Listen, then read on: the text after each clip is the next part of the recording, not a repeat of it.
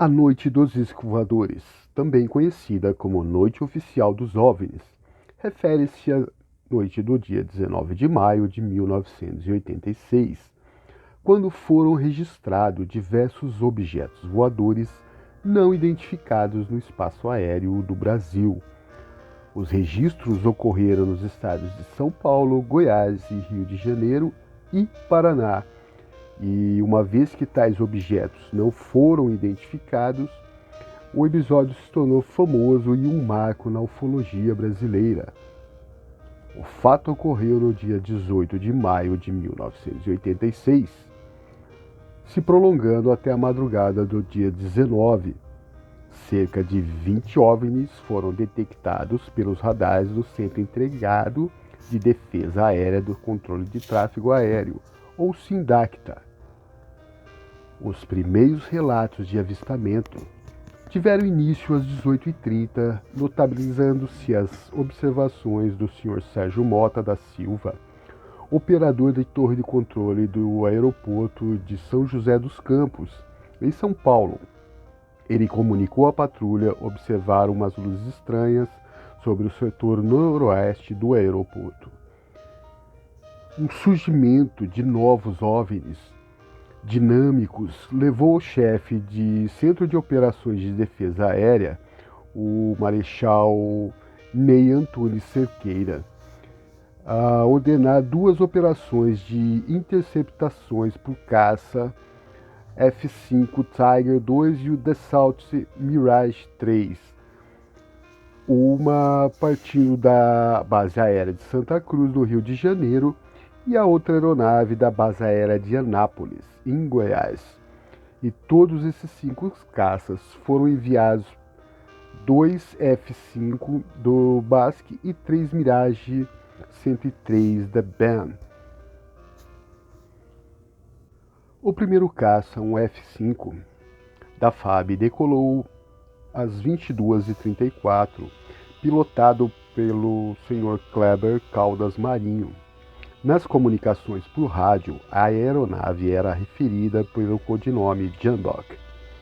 O piloto decolou com o radar desligado e as luzes de navegação apagadas, sendo orientado a manter-se assim. A velocidade constante do Mach 7 era de 864.000 km. Ele foi guiado por um controlador de voo do COP, São José dos Campos, onde havia muitas pessoas em volta, né? Em menos de 10 minutos, Marinho fez contato visual com o OVNI. Ele era cintilante e maior parte do tempo ele ficava branco, mas que por vezes mudava de cor para vermelho e verde.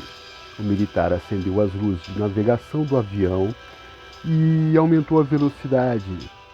Contudo, a menor distância que conseguiu ficar do objeto foi de 10 milhas náuticas, que seria 18,5 quilômetros.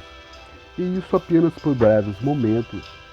Aos 30 minutos de perseguição, avançando sobre o Oceano Atlântico, cada vez mais, o Sr. Marinho comunicou à defesa aérea as percepções que tinham do alvo.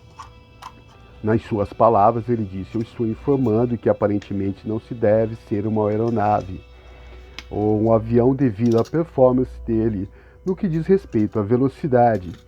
O que foi pelo local está voando sem modo usual de qualquer avião, né?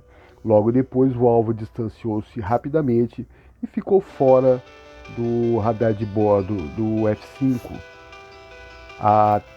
Limitando-se a 20 milhas, escapou em direção ao continente africano."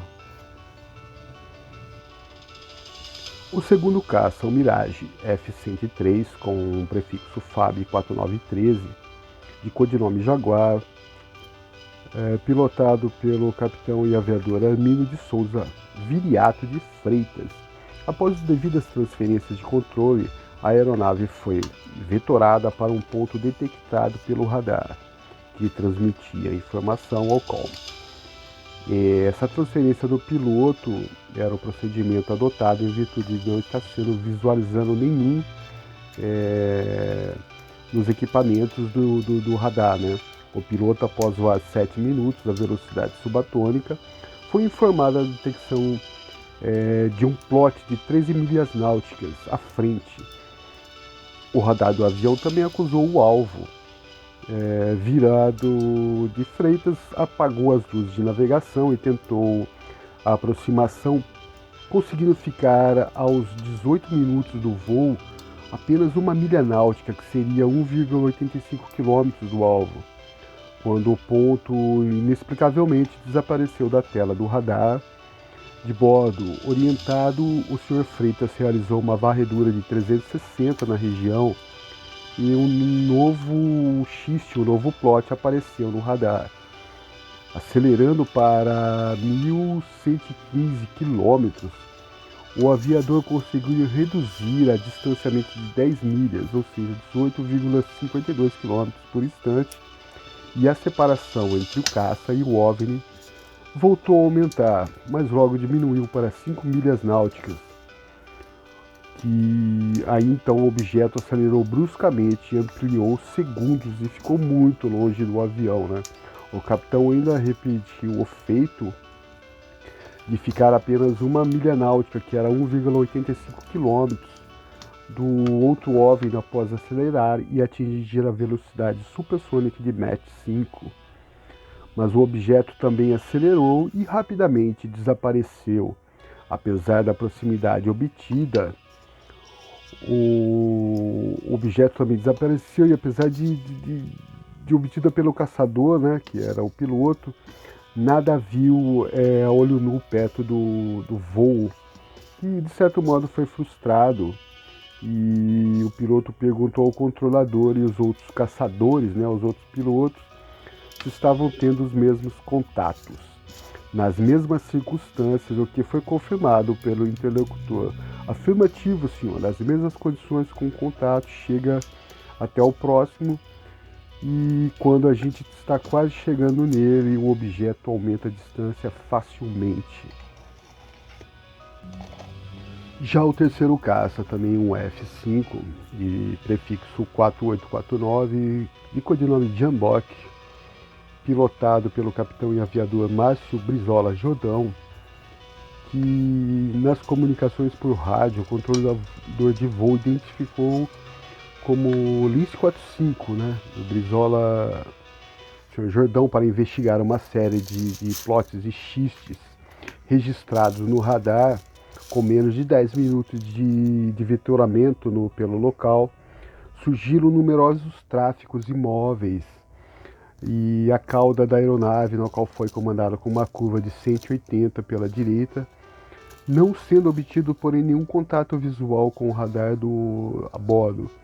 As buscas foram feitas inicialmente em Santa Cruz e depois em São José dos Campos, sem que nada de anormal fosse observado pelo piloto, apesar da noite clara, né, sem nuvens e com uma lua cheia. As detecções eram intermitentes e simplesmente desapareceram com a aproximação do caça ao local indicado. Após meia hora de voo, o capitão notou uma luz vermelha ao longe, a menor altitude, próxima a São José dos Campos. O controlador confirmou a detecção e o Sr. Jordão tentou chegar perto, mas o plot, né, o xiste, sumiu do radar do solo e a luz apagou momentos depois. Quase imediatamente, ele viu duas outras luzes, uma fixa e a outra piscando de cor branca, mas concluiu serem as luzes provenientes da estação solo, provida de alguma antena alta ou equipamento com lâmpadas que seriam para anticolisão. Ao sul de São José dos Campos, o aviador adentrou uma zona mais sujeita a detecções de xistes e plots no radar de bordo e passou a apresentar uma série de riscos no scope, conforme informou o controlador. Na tela do radar aparecem os riscos forjados no meio, assim, meio que na diagonal, e isso não seria normal. O problema persistiu até que o avião saiu da zona mencionada.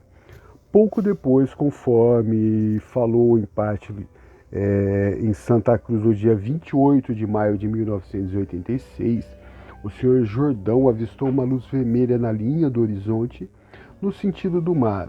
Comunicou à defesa aérea e o controlador confirmou o contato, instruindo a tentar a interceptação, o que foi feito sem sucesso por estar com o combustível começando a escassear.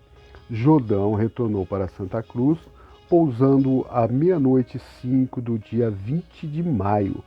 Ao todo, a aventura e essa coisa misteriosa durou 75 minutos, ou seja, das 22h50 à 00:05.